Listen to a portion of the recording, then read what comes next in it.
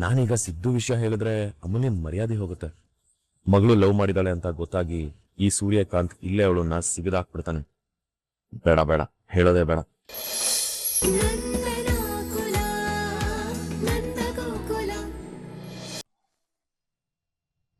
ಏನ್ ಗೊತ್ತಾ ಕೇಶವ, ಮಾವ ಇವಾಗ್ಲೂನು ಅವ್ರ ಬೈಕಿನ ಅತ್ತೆ ಕೈಲೇ ಇಸ್ಕೊಳ್ಳೋದು, ಅವ್ರ ಮುಖ ನೋಡ್ಕೊಂಡೆ ಅಂಗಡಿಗೆ ಹೋಗೋದು. ಎಷ್ಟು ಕ್ಯೂಟ್ ಅಲ್ವಾ? ಅತ್ತೆನೂ ಅಷ್ಟೇ, ಗಂಡನ್ಗೋಸ್ಕರ ಜೀವ ಬೇಕಾದ್ರೂ ಕೊಡ್ತಾರೆ. ಎಂತ ಜೋಡಿ ಅಲ್ವಾ ಅವ್ರದ್ದು. ನಾವು ವಯಸ್ಸಾದ್ಮೇಲೆ ಅವ್ರ ತರನೇ ಬದುಕೋಣ, ಒಬ್ರಿಗೊಬ್ರು ಆಸರೆ ಆಗಿ ಇರೋಣ. ಕೇಳಿದ್ದು ನೀನ ಎಲ್ಲ ಹುಡುಗಿರ್ತಾರಲ್ಲ, ನೀನು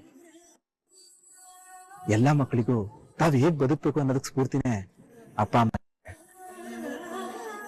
ಅವ್ರ ತರ ಬದುಕೋದು ಎಲ್ರ ಕನ್ಸು. ಅದು ಅಲ್ದೆ ನಿನ್ನ ಆಸೆಗಳನ್ನ ಈಡೇರ್ಸೋದು ನನ್ ಕನ್ಸು. Thank you Keshava. ಏನು ಥ್ಯಾಂಕ್ಸ್ ಹೇಳ್ಬಿಟ್ಟು ಸುಮ್ಮನೆ ಆಗ್ಬಿಟ್ರೆ ಅಷ್ಟೇನಾ?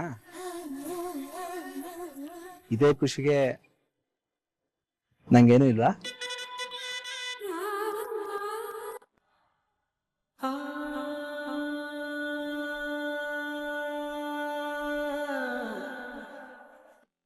ಅಪ್ಪಾಜಿ, ನಮ್ಮನ್ನ ಕ್ಷಮಿಸ್ಬಿಡಿ. ನಿಮ್ಗೊಂದು ನೆಮ್ಮದಿಯಾದ ಕೊನೆನೇ ಕೊಡಲಿಲ್ಲ ನಾವು.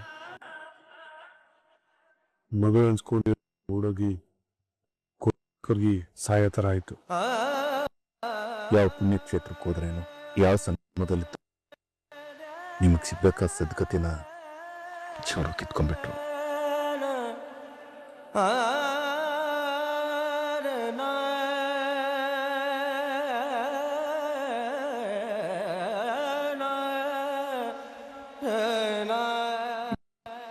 ಬೇಜಾರು ಮಾಡ್ಕೋಬೇಡ್ರಿ.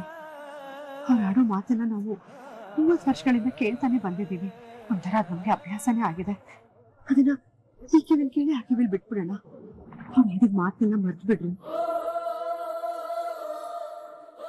ಮನಸ್ಸಲ್ಲಿ ಇಟ್ಕೊಂಡ್ರೆ ಸ್ವಂತ ಆಗುತ್ತೆ. ಮನ್ಸಲ್ಲಿ ಇಷ್ಟೊಂದು ನೋವಿಟ್ಕೊಂಡು ನನಗ್ ನೀನ್ ಸಮಾಧಾನ ಮಾಡ್ತಾ ಇದೆಯಲ್ಲ.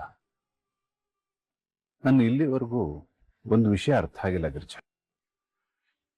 ನಮ್ಮ ಯಜಮಾನ್ರು ಎಷ್ಟು ಒಳ್ಳೆಯವರಾಗಿದ್ರು, ಅವರ ಕಿಂಚಿತ್ ಬುದ್ಧಿನೂ ಇವ್ರಿಗೆ ಬರ್ಲಿಲ್ವಲ್ಲ. ನಾವಿಬ್ರು ಮದುವೆ ಆಗಿ ಅವ್ರ ಮುಂದೆ ನಿಂತಾಗ ಎಲ್ರ ಮುಂದೆ ನಮ್ಮನ್ನು ಬೈದ್ರು ನಿಜ. ಆದ್ರೆ ಸ್ವಲ್ಪ ಸಮಯ ಆದ್ಮೇಲೆ ನಮ್ಮನ್ನ ಅವರು ಒಪ್ಕೊಳ್ಳೋ ಮನಸ್ಥಿತಿಯಲ್ಲಿ ಇದ್ರಲ್ವಾ, ಆ ವಿಷಯ ಇವ್ರಿಗೆ ಯಾಕೆ ಅರ್ಥ ಆಗ್ತಾ ಇಲ್ಲ. ನನಗೆ ಈ ಕೊಂಕು ಚುಚ್ಚು ಮಾತುಗಳೇ ಸುಸ್ತು ಮಾಡ್ತಾ ಇದೆ ಗಿರ್ಜ. ಸರಿ ಬಿಡು, ಅದ್ರ ಬಗ್ಗೆ ಮಾತಾಡಿ ಏನ್ ಪ್ರಯೋಜನ. ಒಲಬಾ, ಇನ್ನು ಕೇಶವ ಹುಷಾರಾಗ್ಲಿಲ್ವಾ? ಕೇಶವಣ್ಣಂಗೆ ಜ್ವರ ಹಾಗೆ ಇತ್ತು, ರೆಸ್ಟ್ ಮಾಡಿ ಅಂತ ಅಲ್ಲೇ ಬಿಟ್ಟು ಬಂದೆ. ಸರಿ, ನಾವೆಲ್ಲ ಹೊರಡೋಣ.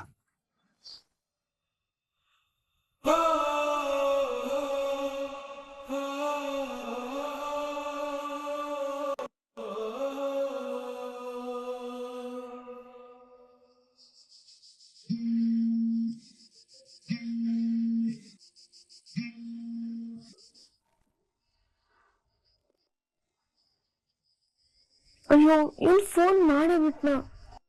ಇವಾಗ ಏನ್ ಮಾಡೋದು?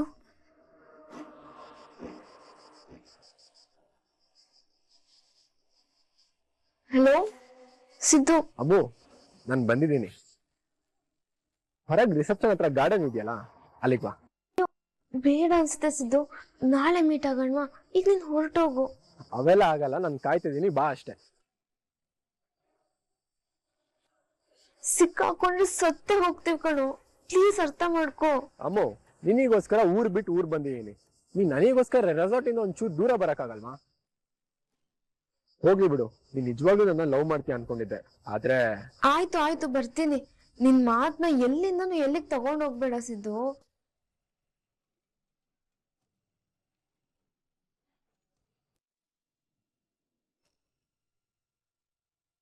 ಇಷ್ಟೊತ್ತು ಯಾರು ಗಲಾಟೆ ಮಾಡ್ತಾ ಇದ್ದ?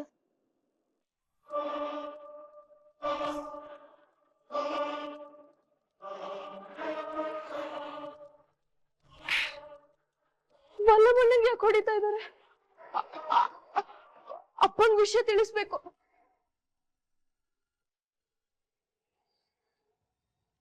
ಅಪ್ಪ, ಆ ಮನೆಯವರು ಕೆಳಗಡೆ ಗಲಾಟೆ ನಡೀತಿದ್ಯಪ್ಪ. ಸೂರ್ಯಕಾಂತ್ ಅವರು ವಲ್ಲಭಣ್ಣಂಗ್ ಹೊಡಿತಾ ಇದಾರಪ್ಪ. ಅಪ್ಪ, ನಂಗ್ ಭಯ ಆಗ್ತಿದ್ಯಪ್ಪ, ಬೇಗ ಬನ್ನಿ ಅಪ್ಪ. ಏನ್ ಮಾಡ್ತಾನ ವಲ್ಲಭ? ಏನಾಯ್ತೆ ಹೇಳೆ? ಸೂರ್ಯಕಾಂತ ವಲ್ಲಭಂಗ್ ಯಾಕೆ ಹೊಡಿತಾ ಇದ್ದಾನೆ? ಸೂರ್ಯಕಾಂತ,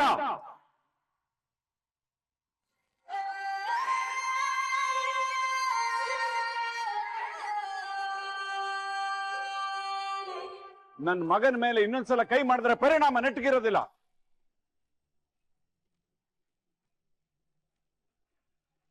ಯಾಕೋ ಅವ್ನ್ ಹೊಡಿತಾ ಇದ್ಯಾ? ಏನೋ ಮಾಡ್ದವನು? ಮಗನ ಹತ್ರ ಕೇಳ್ಕೊ. ನೋಡಲಿ, ನನ್ ಮಗಳು ಹೇಳ್ತಾ ಇಲ್ಲ. ಅಮೂಲ್ಯ, ಏನಾಯ್ತು? ಮುಗ್ಬೇಡ. ನಿನ್ ಮಗ ಮಾಡಿರೋದು ಸಾಕು. ನನ್ನ ಮಗನ ಅಮೂಲ್ಯ ಪ್ರಜ್ಞೆ ತಪ್ಪಿರೋದಕ್ಕೂ ನನ್ ಮಗಗೂ ಏನೋ ಸಂಬಂಧ? ಯಾಕೆಂದ್ರೆ ನಿನ್ನ ಮಗ ನನ್ನ ಮಗಳನ್ನ ಕರ್ಕೊಂಡು ಹೋಗಿದ್ದ.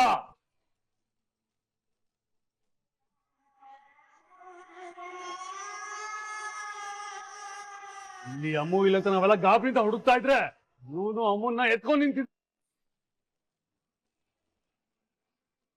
ಏನ್ ಮಾಡಿದ್ನೋ ಗೊತ್ತಿಲ್ಲ, ನನ್ನ ಮಗಳು ಎದ್ದೋಳ್ತಾ ಇಲ್ಲ.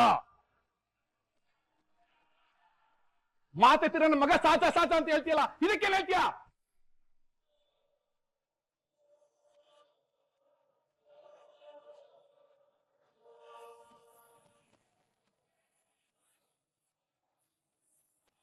ವಲ್ಲಭ, ಏನಾಯ್ತು ಹೇಳೋ.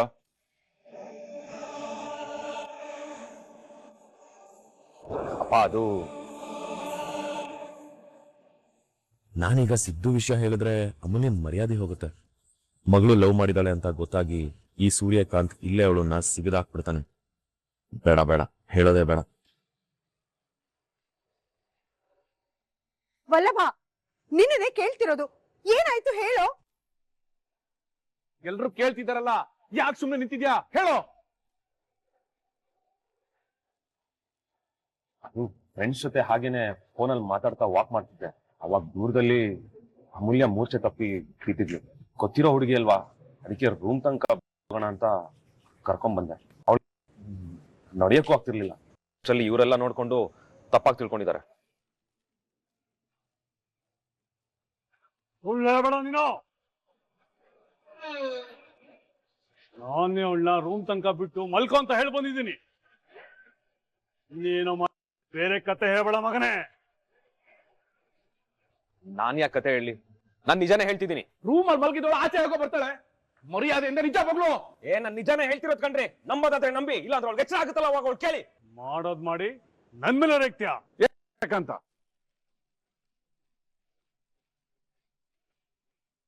ನನ್ನ ಮಗನ ಮೇಲೆ ಇನ್ನೊಂದ್ಸಲ ಕೈ ಮಾಡಿದ್ರೆ ಸಾಯಿಸ್ಬಿಡ್ತೀನಿ ಅಷ್ಟೇ.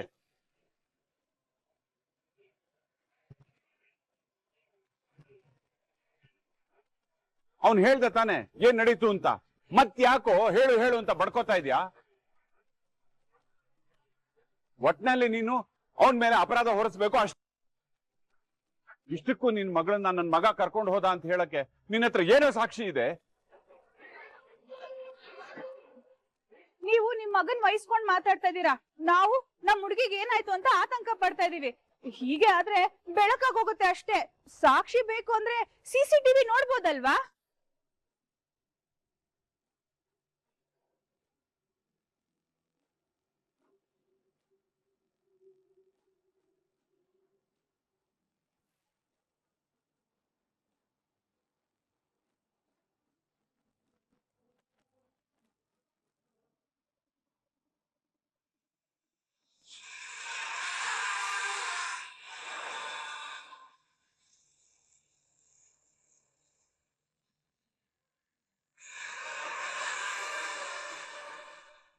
ನೋಡ್ರೋ ನೋಡ್ರೋ, ನನ್ ಮಗ ನಿಮ್ ಮಗಳನ್ನ ಕರ್ಕೊಂಡು ಹೋಗ್ತಾ ಇರೋದು. ಅಮೂಲ್ಯ ಒಬ್ಳ ಹೋಗ್ತಾ ಇದ್ದಾಳೆ. ಏನ್ರೋ ಹೇಳ್ತೀರ ಇದಕ್ಕೆ?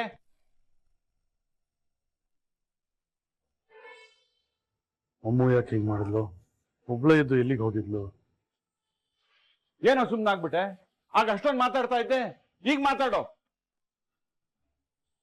ಈಗ ಉರಿಯೋ ಬೆಂಕಿಗೆ ಸಿಹಿಮೆಣ್ಣೆ ಸುರಿಯೋ ಸಮಯ. ಅಯ್ಯೋ ಬಾವಾ, ಅಮ್ಮು ಯಾಕೆ ರೂಮಿಂದ ಒಬ್ಳೆ ಹೋದ್ಲು? ಅಯ್ಯೋ ಪಾಪ, ನಾವು ಅನ್ಯಾಯವಾಗಿ ಇವ್ರ ಮಗನ್ ಮೇಲೆ ಅನುಮಾನ ಪಟ್ಬಿಟ್ವಿ. ಇವ್ರ ಮಗಂದೇನು ತಪ್ಪಿಲ್ಲ. ಹೇಯ್, ನೀನ್ ಸ್ವಲ್ಪ ಸುಮ್ಮನೆ ಇರ್ತೀಯಾ? ನೋಡೋದಿಲ್ಲ ಮಾಡೋದಿಲ್ಲ, ಎಲ್ಲದಕ್ಕೂ ನನ್ನ ಮನೆ ಹೆಸರನ್ನ ಮಾಡ್ಬಿಡ್ತೀರಾ.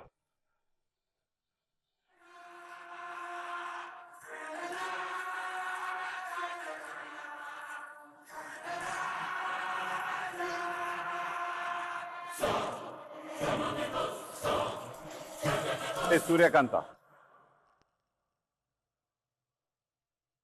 ಈಗ ಅರ್ಥ ಆಯ್ತಾ? CCTV ನೋಡಿದ್ಮೇಲೆ ನನ್ನ ಮಗ ಏನು ತಪ್ಪು ಮಾಡಿಲ್ಲ ಅನ್ನೋದು ಗೊತ್ತಾಯ್ತಾ?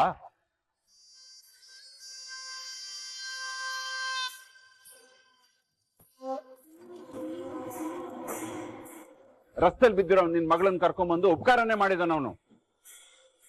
ಎಷ್ಟಾದ್ರೂ ನನ್ ಮಗ ಕಣ ಅವನು, ಸಂಸ್ಕಾರದಲ್ಲಿ ಬೆಳೆಸಿದೀನಿ.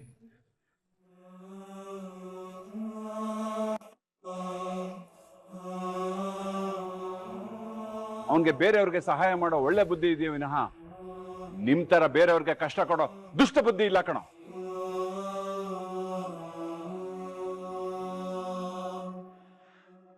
ಇನ್ನೊಂದ್ಸಲ ನನ್ನ ಮಕ್ಕಳ ಮೇಲೆ ಏನಾದ್ರೂ ನೀವು ಕೈ ಮಾಡಿದ್ರೆ ಹುಟ್ಲಿಲ್ಲ ಅನ್ಸ್ಬಿಡ್ತೀನಿ.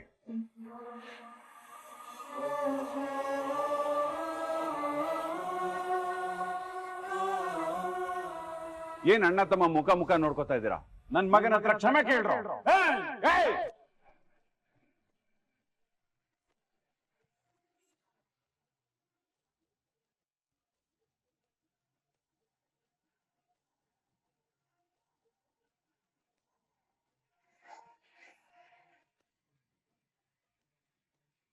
ಏನೋ ನಿನ್ ಮಗಳಿಗೆ ಹೀಗಾಗಿದೆ ಅನ್ನೋ ಒಂದೇ ಕಾರಣಕ್ಕೆ ನಾನು ಸುಮ್ಮನೆ ಇದ್ದೀನಿ.